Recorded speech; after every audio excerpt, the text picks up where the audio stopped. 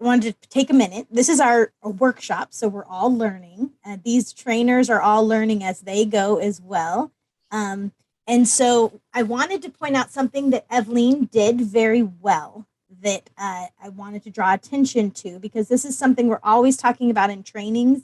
And I feel like sometimes people understand it and sometimes people don't. So Benjamin said that the serpent gave Eve information, and that with that information, that extra information, then Eve made these choices and and went and ate the fruit. And Evelyn at that point asked, was that true information? So she just asked what we could call a follow-up question, right? So she asked, well, what information did the serpent give her? And so that's a piece that just helps clarify. It's a question that helps clarify across, and it can help us go deeper. So that's one of those, the follow-up questions that we'll talk about and we encourage is, so don't feel like you have to just stay on those 5 questions, right? We have our 5 standard questions. What's interesting? What's difficult? What do we learn about God? What do we learn about that central idea? And then what will you choose to do? But you do have freedom as a facilitator to ask those follow-up questions and go a little deeper. There was a point in our last story where we could have done that. I think someone said, I think it's interesting that Eve was made differently from Adam. That would have been a great place to do a follow-up question to ask. Well, how were they different? What was different about them? Why do you think that is? So those are the types of questions that can take that discussion from surface, because sometimes we can be very surface in our discussion, and it can help us go deeper and also helps clarify some of those things. Does that make sense? Yeah. I mean, that was already talked about yesterday.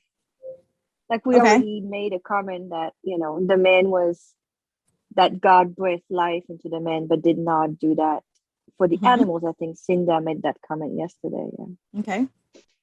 Yep.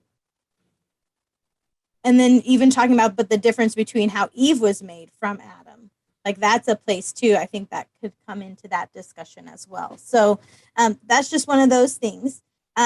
Something else that we always talk about is teacher mode. Who knows what teacher mode is? Do you know what I'm talking about when I say that sometimes we slip into teacher mode? Well, like when the facilitators answer the questions. Okay. If the facilitator answers the questions, yes. What else could be teacher mode? Like, I don't know, explaining something. Okay. Shaitan? Keep on teaching. Don't give chance to speak to others. Okay. Yep. So I notice teacher mode happens most often in 2 places. One, it's natural for some of us because we are teachers, right? We've been teachers. We want to share. We're used to giving this information. And so this is a habit that's difficult to break. But one of the places that we often go into teacher mode is in response to people's answers. So someone gives an answer and we affirm that answer, but we add to it. We want to say, oh, well, I think what you're saying is this, and we help them. Or we build a bridge, like we think they're close, and we build a bridge to get to the point, and we give that information instead of asking a question to let them build that bridge to get there. So that's one place that sometimes we struggle. Sometimes people go into teacher mode because they give a little mini answer after everyone's answer. Okay. The second place, does anyone have a guess about the second place that we sometimes go into teacher mode?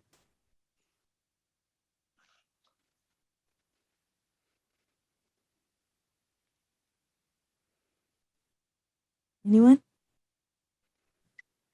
I know when I have a tendency to go into teacher mode is when someone asks a question. I have a question about this. Okay. Yes, that's another one. That wasn't the one I was thinking of. But yes, if somebody says, Benjamin has done that a couple times. Well, I have this question from here. And our tendency is, well, I want to answer your question, right? But as a facilitator, we don't want to answer their question. We want the group to answer their question. Or there's some questions that we don't know the answers to, and that's okay. We can say, the scripture doesn't really tell us here, or it can be used to, well, hopefully we'll find that out soon in a story that's coming, right? That's a piece that we can add there. Okay, so yes, that is true, Cindy. That's an extra one. Okay, there's another one I was thinking of, another place where we sometimes go into teacher mode.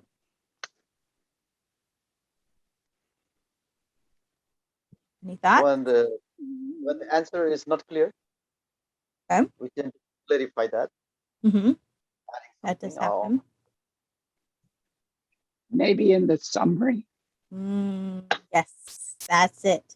The summary. That's another place where sometimes we fall into teacher mode. And what I mean by that is we add information that was not brought into the discussion.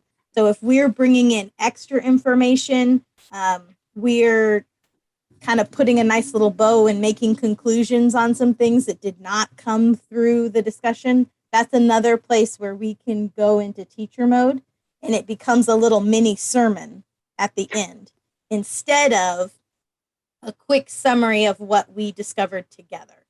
Okay, so those are those places to watch out for, that we don't want to slide into teacher mode and take over as a teacher, because we want our group. It's about what they're discovering and what God is teaching us as a group. Okay, so hopefully that makes sense. We'll talk about that more. So if we, over the next couple days, if you hear me talk about teacher mode, or I say you slipped into teacher mode, that's what I mean, that you took on the role of a teacher instead of the facilitator. So that's one of those places. And then if you hear me talk about follow-up questions, that's what we want to see. We want to see those extra questions to take us a little deeper, to clarify. So follow-up questions are good.